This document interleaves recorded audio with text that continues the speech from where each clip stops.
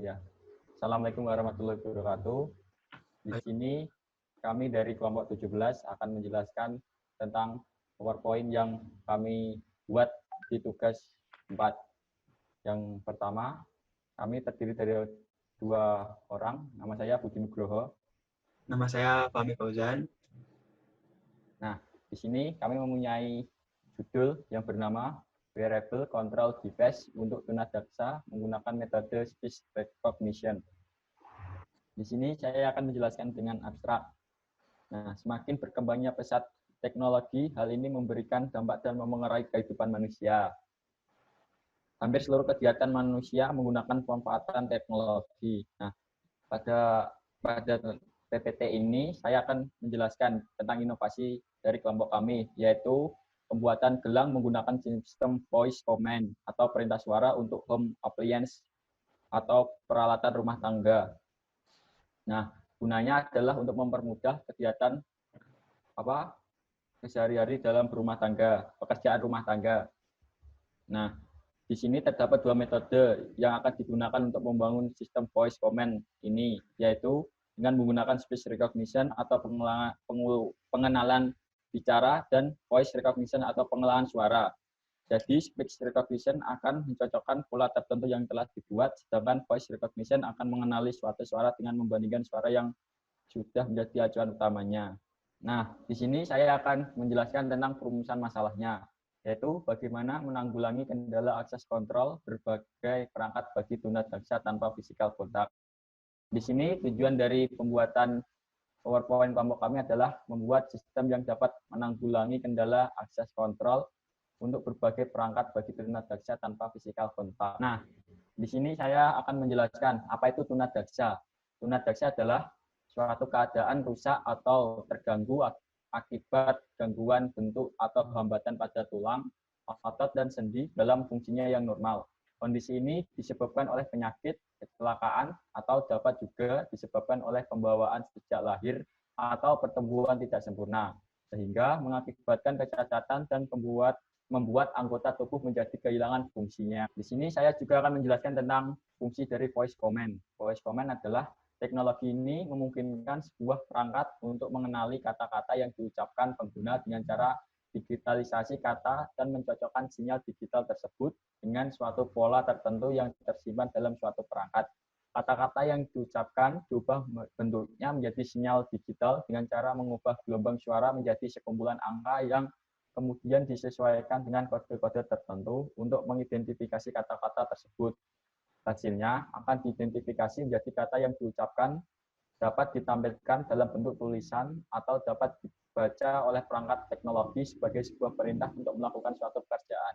Nah, di sini saya juga akan menjelaskan tentang speech recognition, yaitu suatu proses identifikasi suatu suara berdasarkan kata yang diucapkan dengan melakukan konversi sebuah sinyal akustik yang ditangkap oleh audio device atau perangkat input suara. Speech recognition ini juga merupakan sistem yang digunakan untuk mengenali perintah kata dari suara manusia dan kemudian diterjemahkan menjadi suatu data yang dimengerti oleh komputer. Nah, dalam inovasi judul kami, di sini juga kami menjelaskan tentang isi VR3 Plus Style untuk Arduino.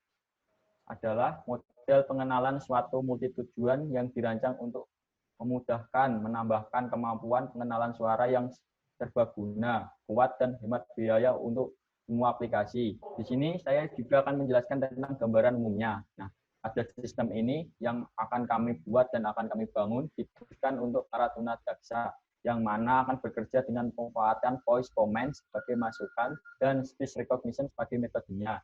Dengan adanya sistem ini diharapkan untuk memudahkan para tunadaksa dalam menjalani kehidupan dalam rumah.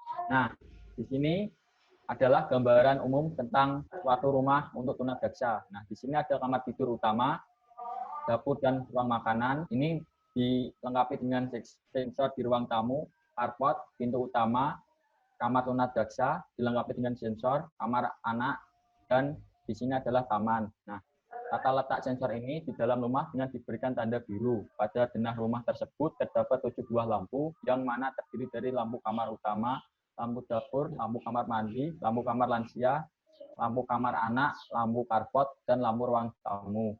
Jadi ketika tunadaksa menggunakan gelang tersebut di dalam kamarnya, dan setelah itu memilih tombol power untuk mengaktifkan gelangnya. Lalu para tunadaksa akan mendekatkan gelang dengan mulutnya untuk mengucapkan kalimat perintahnya. Oke, di sini saya akan menjelaskan terkait penelitian ini, yaitu flowchart-nya atau analisis diagram alur. Proses pertama di sini yaitu pengguna mengucapkan perintah suara melalui mikrofon, lalu sistem akan menginisialisasikan pengenalan suara. Kemudian pengenalan suara tersebut dikirim ke modul pengenalan suara ECVR. Contoh hasil perintah suara yang akan diucapkan oleh pengguna itu terdiri dari hidupkan lampu untuk menghidupkan lampu, matikan lampu untuk mematikan lampu, serta perintah untuk gordeng, yaitu buka gordeng untuk membuka dan tutup gordeng untuk menutup gordeng. Jadi kita bisa lihat di sini flowchart-nya ya. Untuk analisis kebutuhan non fungsional di sini ada merupakan analisis yang dibutuhkan untuk menentukan spesifikasi dari kebutuhan sistem. Yang mana spesifikasi ini juga meliputi elemen atau komponen apa saja yang dibutuhkan untuk sistem yang akan dibangun sampai dengan sistem tersebut diimplementasikan gitu. Nah, untuk beberapa kebutuhan yang dibutuhkan oleh sistem kami ini, yang pertama adalah kebutuhan perangkat lunak. Kebutuhan perangkat lunak ini akan digunakan untuk dalam perancangan sistem pengenalan suara. Kebutuhan perangkat keras di sini ada laptop, Arduino, relay, wireless microphone, kabel, yang pasti alatnya yaitu gelang. Nah, di sini perancangan desain perangkatnya itu seperti gelang jam. Untuk desain dari gelang ini nantinya akan berbentuk seperti persegi panjang dengan hanya memiliki satu button yang memiliki fungsi sebagai tombol power. Nah, perancangan sistem pengenalan suara. Jadi dengan menggunakan perintah suara seperti ketika menggunakan sensor ini, maka pengguna akan mengucapkan hidupkan lampu untuk perintah lampu dan nyalakan, dan untuk perintah nyalakan lampu dan matikan untuk perintah matikan lampu.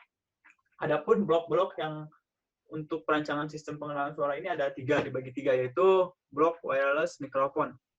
Blok wireless microphone ini yaitu ucapan perintah suara yang akan digunakan oleh pengguna. Jadi dalam hal ini menggunakan rekaman satu orang sumber suara dan menggunakan input suara sebagai medianya. Jadi jumlah perintah suara ada 4 jenis. Setiap jenis perintah itu akan dicoba menggunakan 4 sampel suara yang berbeda. Selanjutnya ada blok ECVR commander. Pada blok ini untuk pengenalan suara maupun sensor suaranya. Jadi fungsinya itu yang mana data yang terbentuk untuk suara ini akan diterima oleh ECVR commander. Terakhir ada blok microcontroller Arduino. Pada blok ini memiliki fungsi sebagai pengolah data dan mengatur data suara yang diterima oleh pengiriman ECVR. Nah, perancangan yang akan dilakukan pada analisis tugas ini yaitu penulisan akan merekam suara tunadaksa yang digunakan sebagai acuan utama untuk penelitian dengan menggunakan ECVR Shield. Kemudian, suara akan diinisiasikan sebagai cara dilatih pada perintah suara user yang bertujuan untuk menyimpan suara user secara spesifik sebagai ucapannya. Lalu, perintah suara yang telah terdeteksi oleh komputer akan diolah dengan menggunakan logika fuzzy dan metode LPC, yaitu Linear Predictive Coding. Kemudian akan dikirimkan ke Arduino. Nah, untuk hasil perancangan ini, pertama-tama pengguna akan memberikan perintah suara seperti hidupkan lampu untuk perintah menghidupkan dan matikan lampu untuk perintah mematikan, serta buka gorden untuk perintah membuka dan tutup gorden untuk perintah menutup. Tetapi sebelum itu, suara akan dideteksi dulu apakah suara yang diberikan sudah sama dengan suara acuan atau tidak. Jika suara terdeteksi cocok, maka sistem akan diterima, dan jika tidak, suara tidak akan diterima oleh seluruh pengguna. Maka sistem akan menolak untuk melanjutkan perintah yang diucapkan tersebut. Sekian dari pemaparan hasil analisis tugas kami. Kami dari kelompok 17 mengucapkan undur diri. Wassalamualaikum warahmatullahi wabarakatuh.